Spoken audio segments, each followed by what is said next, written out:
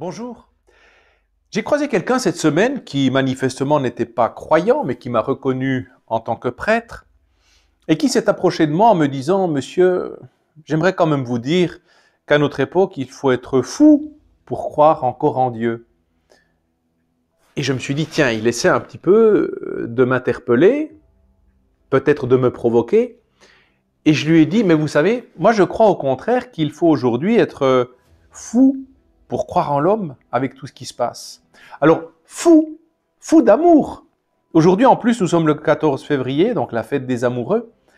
Et Saint Paul nous le dit, aimez-vous les uns les autres. Mais on sait aujourd'hui qu'aimer, eh bien, c'est un sacré défi et c'est une sacrée exigence de nos jours. Le désamour, la séparation, ça se vit tous les jours, mais l'amour, la persévérance, la durabilité des choses, alors qu'on vit dans un temps d'obsolescence programmée, eh bien aujourd'hui c'est un sacré défi. Alors il a été interpellé quand je lui ai dit, eh bien tiens, il faut être fou pour croire en l'homme. Ça n'a pas beaucoup été plus loin dans notre discussion. Mais aujourd'hui, quand je lis par exemple les textes de ce dimanche, je me suis dit, tiens, il y a sous toute cette notion de lèpre, cette notion de péché, cette notion d'aller chercher l'autre qui est égaré. Alors aujourd'hui, c'est vrai qu'il y a beaucoup de monde égaré dans notre société. Et puis c'est difficile parce qu'en fait, c'est eux qui pensent que nous sommes les lépreux de ce monde. Parce que le message d'aujourd'hui, c'est qu'aujourd'hui, il faut vivre, il faut placer l'humanité, la liberté au centre de nos discussions. Mais ce que nous ne nous rendons pas compte, c'est que nous devenons esclaves de toute cette société moderne, de toute cette permissivité. Et puis c'est marrant parce qu'on nous dit vous êtes libre, mais regardez la société d'aujourd'hui. On n'a jamais été autant contrôlé, épié qu'aujourd'hui. Aujourd'hui, vous faites un mouvement à gauche ou à droite, tout est contrôlé. Et on vient vous dire, mais la religion, la loi de Dieu, c'est un enfermement, c'est un asservissement. C'est incroyable quand même de vivre ça, dans une société où on est de plus en plus fliqué de tous les côtés. Je pars un petit peu dans ce sens-là, parce que c'est vrai qu'on vit une période maintenant où on a cet esprit de fausse liberté, alors qu'on n'a jamais été autant enfermé. Enfermé par rapport au confinement, par rapport à tout ce qui se vit, enfermé dans notre crainte de l'autre. L'autre devient une menace. Si je viens là-dessus, c'est parce que les textes de ce dimanche nous parlent des lépreux, de la guérison du lépreux, de Jésus qui va à la rencontre du lépreux. Et puis il y a une notion toute particulière aujourd'hui dont je voulais vous parler, c'est la notion de péché. Aujourd'hui, il y a un accès qui nous conduit tout droit à cette perte, c'est cette négation du péché. Et cette fausse liberté, c'est de dire, mais c'est tout à fait possible de vivre avec vos qualités, vos défauts, et on vous accepte tel que vous êtes. Oui, on vous accepte. Vraiment. Et lorsque vous avez une seule chute, à ce moment-là, tout de suite, ça part dans la désapprobation, dans l'accusation. Regardez tout ce qui se passe également dans nos médias.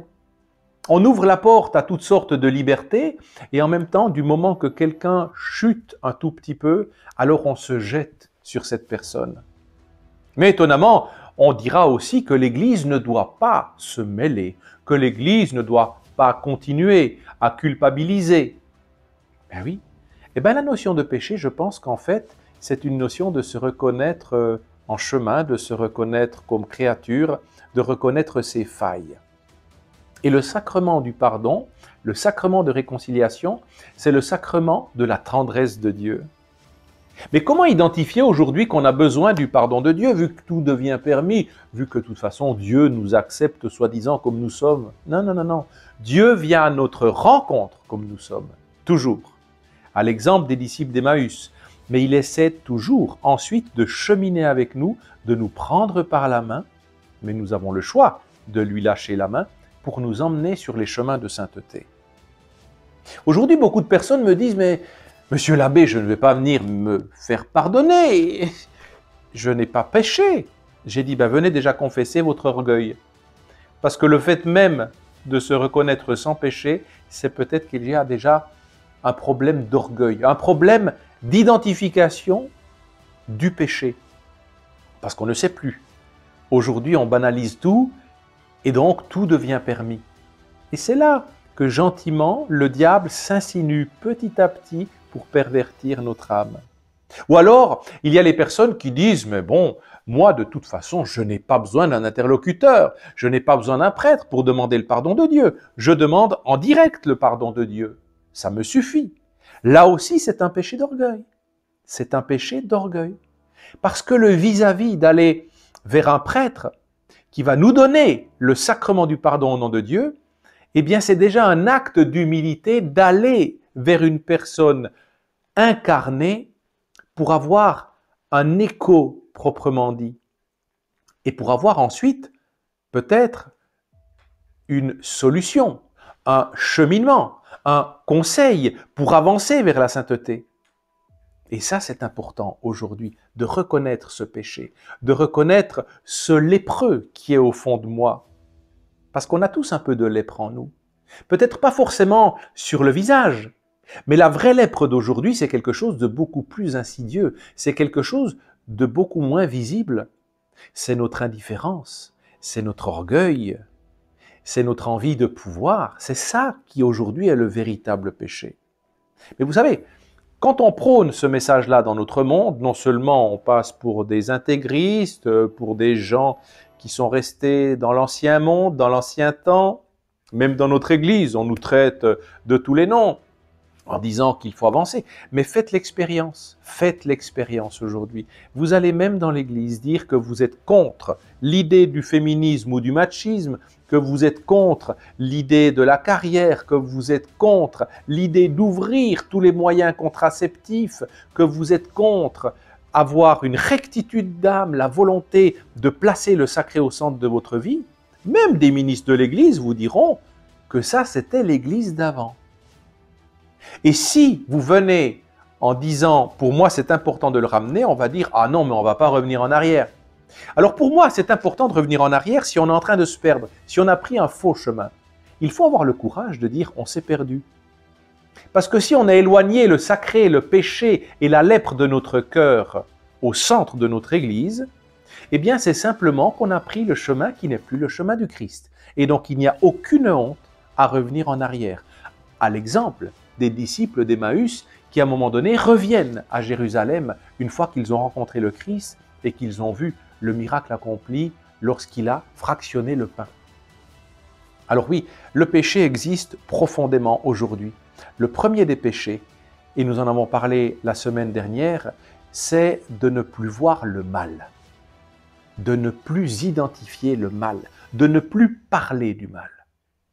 Et si nos confessionnaux peuvent se vider, c'est parce que justement, les gens ne sentent plus l'erreur dans leur vie. Ils sont tellement imbibés de fausses libertés, imbibés de faux préceptes, imbibés d'accomplir un être humain plus que le divin, que c'est là le grand danger aujourd'hui de ne plus identifier le péché. Alors, la véritable lèpre dans notre monde, ça n'est pas le chrétien, parce qu'on essaie de marginaliser et de mettre au banc de la société le chrétien.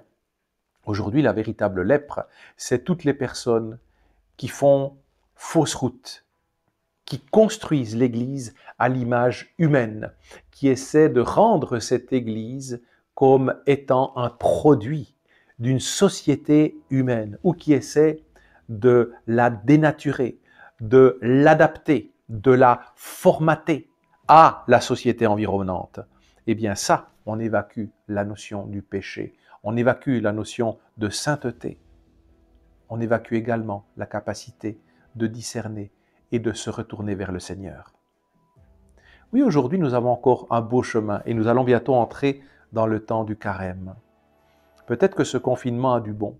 Peut-être que ce confinement va nous pousser à prendre plus de temps pour discerner dans notre cœur, dans notre âme, tous ces mots, toute cette lèpre qui est encore au fond de notre être, de notre moi intérieur, et de le faire, je dirais, se diriger, s'ouvrir à la grâce du Christ. Et pour toutes les personnes qui veulent ignorer le péché, pour toutes les personnes qui veulent dire que tout est beau, que tout est bien, que le Christ nous aime tel que nous sommes, eh bien il faut dire oui, il nous aime, il nous rejoint, Mais on n'en s'arrête pas là en si bon chemin. On va au-delà.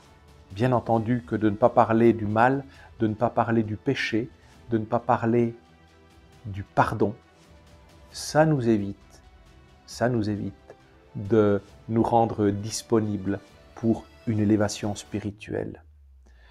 Oui, aujourd'hui, à l'exemple de la lettre ou du livre des Lévites, du texte de saint Paul apôtre aux Corinthiens, et puis de notre évangile de saint Marc où Jésus guérit un lépreux et ensuite c'est lui qui est mis à banc de la société parce qu'il a fait quelque chose qui ne convenait pas à cette société. Eh bien aujourd'hui, continuons de proposer cette voie du péché, cette voie du mal qui doit être éradiquée dans notre monde. Et si nous sommes mis à l'écart comme des lépreux, c'est que la véritable lèpre, en fait, a pris tellement d'essor dans notre monde qu'elle ne se rend même plus compte que c'est elle qui est à l'agonie et que c'est nous, avec le Christ à nos côtés, qui sommes le remède. Que celui qui a des oreilles entende. Je vous dis à très bientôt